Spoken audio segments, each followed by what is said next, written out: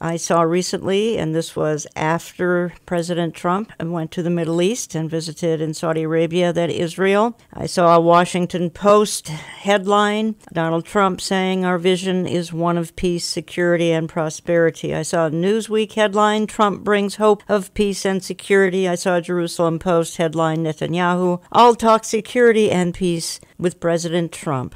It says in 1 Thessalonians 5:3, while people are saying there is peace and security, then sudden destruction will come upon them as labor pains come upon a pregnant woman, and they will not escape. And I believe the sudden destruction would probably be the tribulation. So when we start hearing the terms being bandied about on a daily basis, sometimes an hourly basis, peace and security, peace and safety, I think we need to pay attention. We'll talk about that and more. I want to welcome back to the programming here of Understanding the Times Radio, Pastor J.D. Farag. He is pastor of the Calvary Chapel in Kaneohe, Hawaii. Pastor J.D., welcome back to the program. Great to be with you, Jan. Your thoughts as you heard some of those clips and the headlines I cited, and then I want to get to a recent message of yours that kind of builds on this, but give me your thoughts. So 1 Thessalonians 5:3 has seemingly been at the core of virtually all of my prophecy updates as of late, and for good reason, as we just heard in those clips. It does seem to me that peace and security is the clarion call globally, on a global scale, from the likes of which we have with a President Donald Trump. And this, to me, is what I see as the sudden destruction that is coming as a woman travailing in labor. We are closer now, I believe, than we have ever been before because of this. And you and I have talked a little bit about this off air, and I want to just refer to a comment you made to me recently as it concerns this topic. And I also want to refer to a recent update you made. This would have been now a couple of weeks ago, actually. But I want to go back first to 1 Thessalonians 5:3 and the issue of peace and security, but also the fact that this is leading to a deal. What we're seeing going on in the Middle East, what we're seeing in the headlines, what we're seeing daily on news, on the online, on TV, wherever, we're seeing the effort at a deal in the Middle East. And like you said in a recent update of yours, you'd love to see peace in the Middle East. It's probably not likely to happen, but we can deal with that later. But you said to me, what if the ultimate deal maker, after all, President Trump wrote the book, The Art of the Deal, if the ultimate deal maker could get the various parties in the Middle East to sit down and make the ultimate deal? We are not saying that Donald Trump is the Antichrist. We are not saying that any deal he makes is an Antichrist deal, though perhaps down the road an Antichrist figure could step in and confirm something that could be happening here in the forthcoming months or a couple of years.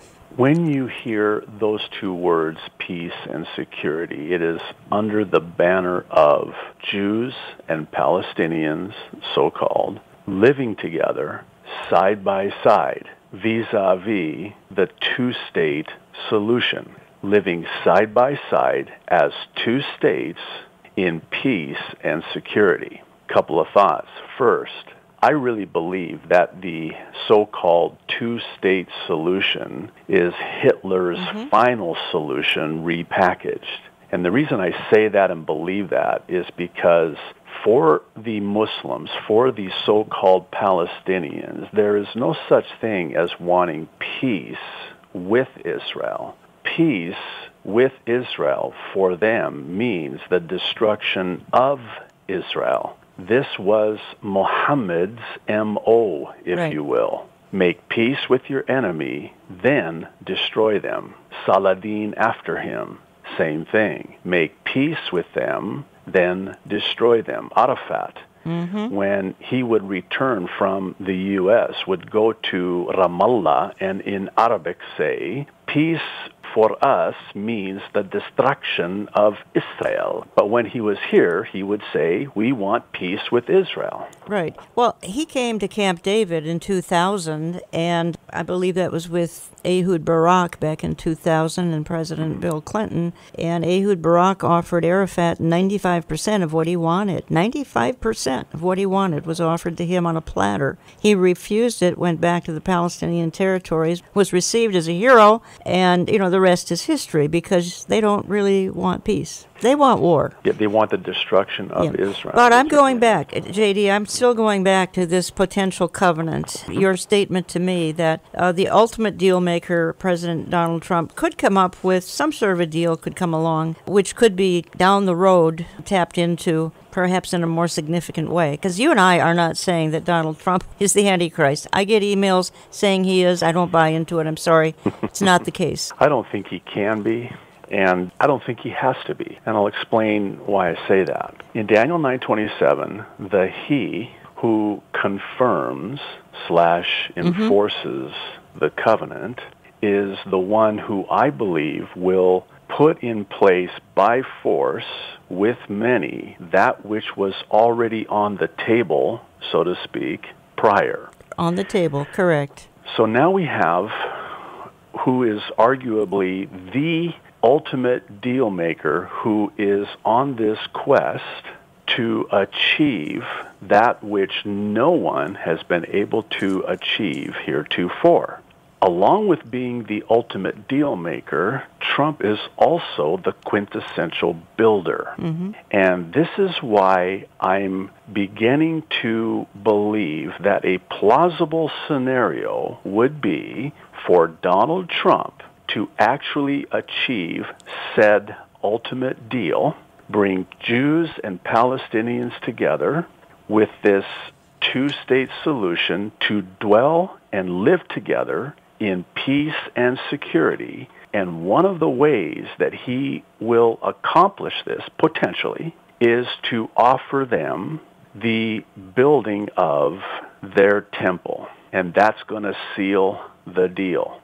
Again, doesn't mean he has to be the Antichrist. No. It's when the Antichrist comes on the scene and confirms it, enforces Exactly. it. He's the confirmer and the enforcer. You're listening to Understanding the Times Radio. I'm Jan Markell. I have on the line Pastor J.D. Farag, and he pastors Calvary Chapel in Kaneohe, Hawaii. Many of you watch Pastor J.D. on the YouTube updates that he does once a week. They are outstanding. I do encourage you to look them up on a weekly basis. He's one of my speakers at Understanding the Times 2017. That's Saturday, October the 7th, just outside of Minneapolis, Minnesota. No registration necessary, no cost involved. And we have folks coming literally from all across America. This year, I think from around the world, folks will be attending. And find that information at olivetreeviews.org, olivetreeviews.org. Other speakers include Amir Sarfati, Dr. Mark Hitchcock, and Congresswoman Michelle Bachmann,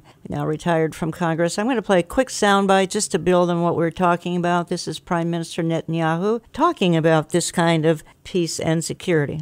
I want to thank you especially today for your deep commitment to Israel's security, its well-being, and its future. And I want to tell you also how much we appreciate the reassertion of American leadership in the Middle East. I believe that together we could roll back Iran's march of aggression and terror in this region. I also look forward to working closely with you to advance peace in our region. But for the first time in many years, and Mr. President, for the first time in my lifetime, I see a real hope for change. The Arab leaders who you met yesterday could help change the atmosphere, and they could help create the conditions for a realistic peace. These are all great signs on your historic visit. And our shared hope for an Israel at lasting peace. We want Israel to have peace. We must take advantage of the situation, and there are many, many things that can happen now that would never have been able to happen before, and we understand that very well. During my travels, I have seen many hopeful signs that lead me to believe that we can truly achieve a more peaceful future for this region and for people of all faiths and all beliefs, and frankly, all over the world. I believe that a new level of partnership is possible and will happen, one that will bring greater safety to this region, greater security to the United States, and greater prosperity to the world.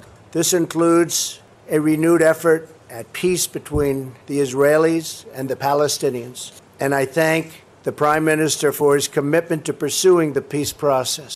Pastor J.D., I think, I'm reflecting back on Barack Obama's presidency, and it was so obvious how he was fitting into the kind of the end-time scenario. We had the Iran agreement, which has made the entire planet more dangerous as we speak. Because of his 8 years, we saw a decline in the culture, the promotion of the gay agenda, etc. We saw an antichrist spirit poured out across the earth. We saw America in decline in those years. We saw the abandonment of Israel. We saw the expansion of global government. Now, I think that leads me to a question, because a lot of this has changed with the new administration, and I'm not making any of these comments here to try to be partisan and political, but rather to relate things more to the Bible. Do you see Donald Trump fitting into an end-time plan? Now, having said that, we've already talked about this peace and security situation. We've already talked about perhaps he's going to make the ultimate deal, things like that. But other than that, is there other ways you see him fitting into this sort of a mover and a shaker as it concerns the lateness of the hour and the eschatological plan? Most definitely, and in some ways even more so than Barack Hussein Obama. Mm-hmm. And the reason I say that is because he is welcomed with open arms, especially on the heels of the unthinkable 8 years of Obama's presidency. It almost sort of paved the way in ways that could have never been accomplished had it not been for 8 years of a pro-Islam, pro-Iran Obama. And now here comes Donald Trump, pro-Israel, pro-Christian, and this fits perfectly, precisely into the eschatological plan.